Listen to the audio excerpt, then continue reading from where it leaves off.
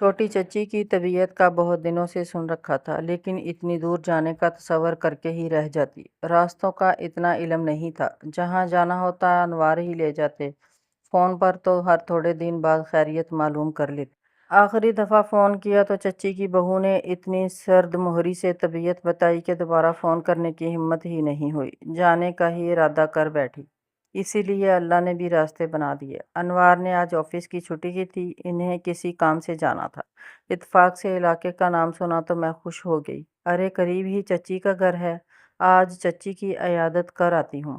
چچی سے ملنے کی خوشی میں جلدی جلدی کام نمٹایا اور انوار کو کہا کہ آپ چھوڑ دیجیے گا، پھر کام ختم ہو جائے تو آ جائیے گا۔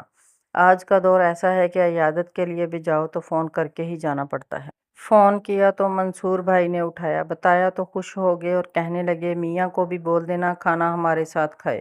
بہت منع کیا کہ موقع نہیں ہے، پر منصور بھائی کہنے لگے امی خوش ہو جائیں گی۔ راستے سے فروٹ لیے اور بیکری سے چچی کی پسند کا سادہ کیک۔ بچپن سے ہمیشہ ہم نے چچی کو کبھی کریم والا کیک کھاتے نہیں دیکھا، وہ ہمیشہ سادہ کیک کھاتی تھیں۔ گلی کے کونے پر انوار نے چھوڑا اور منصور بھائی کو فون کر دیا۔ منصور بھائی گلی کے کونے تک لینے آئے۔ انوار کو دیر ہو رہی تھی، اسی لیے واپسی میں آنے کا کہہ کر انوار نکل گئے۔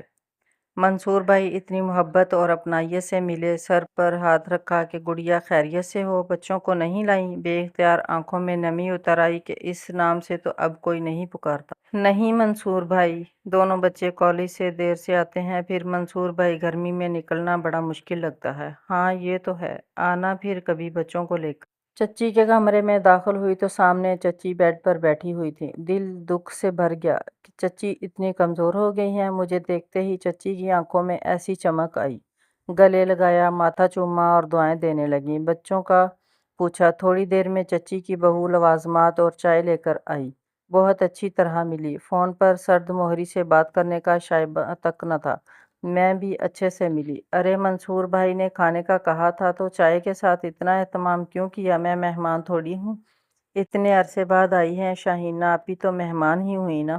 اور میں واقعی خاموش ہو گئی۔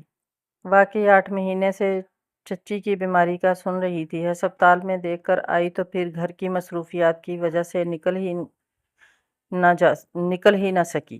چچی کے پاس دنیا جہاں کی باتیں تھی کرنے کو، میرے پاس بھی بہت کچھ تھا دل کا حال کہنے کے لیے۔ چچی نے باتوں باتوں میں بتایا منصور کی دلہن بہت اچھی ہے، بیٹیوں کی طرح میرا خیال رکھتی ہے۔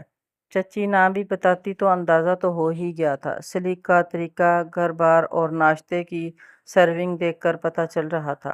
چچی بتانے لگیں کہ جب سے طبیعت خراب ہوئی ہے اپنے میکے بھی نہیں جاتی، میکے صبح جاتی ہے شام میں آ جاتی ہے کہ گھر میں کوئی اور تو ہے نہیں، میرا تو ایک ہی بیٹا ہے، دل ڈرتا تھا نہ جانے کیسی بہو ہو، لیکن دلہن بہت اچھی ہے، بس اللہ جلد اس کی گود بھر دے۔ چچی نے کچھ بھی نہیں کھایا معدے کی تکلیف کی وجہ سے، بس لیکوڈ ہی کھا رہی تھیں بغیر مسالے کے۔ بہو نے اصرار کر کے چائے کے ساتھ رکھے لوازمات سرو کیے اور باتیں کرنے لگی کہ منصور اور امی بتاتے ہیں کہ تائی امی ان کے مشورے کے بغیر کوئی کام نہیں کرتی تھی، امی اور تائی کی بہت بنتی تھی۔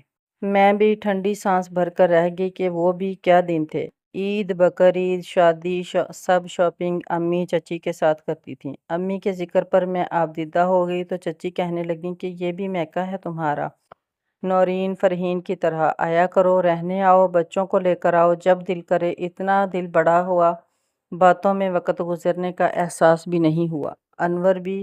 انوار بھی آ گئے۔ چچی کی بہو نے کھانا لگایا، کھانے پر بھی بے انتہا اہتمام تھا، شرمندگی ہونے لگی۔ اس پر منصور بھائی کا خلوص اور محبت مان کیا، کچھ نہیں تھا ان کے لہجے میں۔ چچی نے کچھ بھی نہیں کھایا، دلیا دلہن نے لا کر دیا تو بس آدھی پلیٹ کھائی اور واپس کرنے لگی۔ نے اصرار کر کے باتوں باتوں میں چچی کو پورا دلیا کھلایا۔ چچی انوار سے باتیں کرنے لگی، میں چچی کی بہو کے ساتھ برتن سمیٹنے لگی۔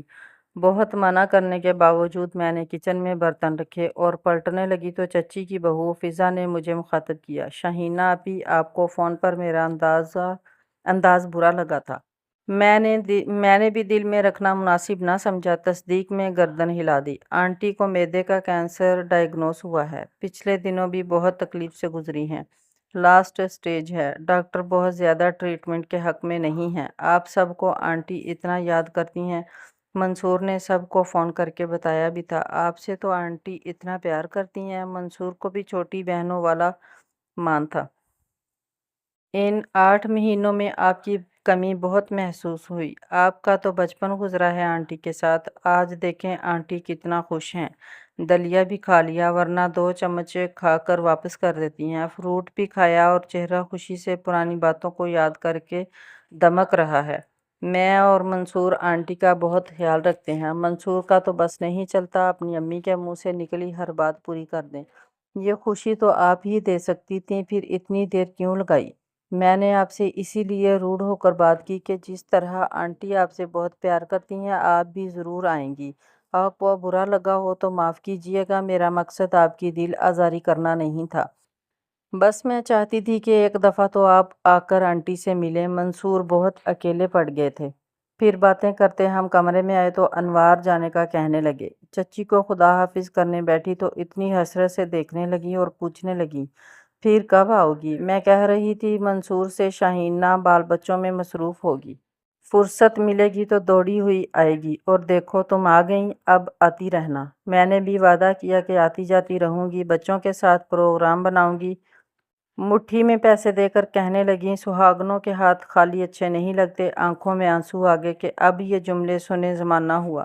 چچی کا ماتھا چوما اور منصور بھائی سے معذرت کے الفاظ کہنے چاہیے تو سر پر ہاتھ رکھ کر کہنے لگے نہیں بیٹا کوئی بات نہیں، زندگی میں بہت مصروف ہو گئی ہے، دور کا سفر بھی ہے۔ ہاتھ میں پیسے دیے اور کہنے لگے کہ بیٹیاں میکے سے خالی ہاتھ نہیں جاتیں۔ بے اختیار چچی کی بہو سے نظر ملی اور شرمندگی ہوئی کہ اتنے محبت بھرے مان بھرے رشتوں کو دکھ دیا۔ واقعہ کبھی کبھی ہم وقت نکالتے بہت دیر کر دیتے ہیں کہ چاہنے والے رشتے جو ہم سے صرف ہمارا وقت مانگتے ہیں، وقت نکالتے نکالتے شکر ہے کہ بہت دیر نہیں ہوئی، جلدی سے دوبارہ آنے کا عہد کیا اور خدا حافظ کہہ کر انوار کے ساتھ گلی کا موڑ کاٹا۔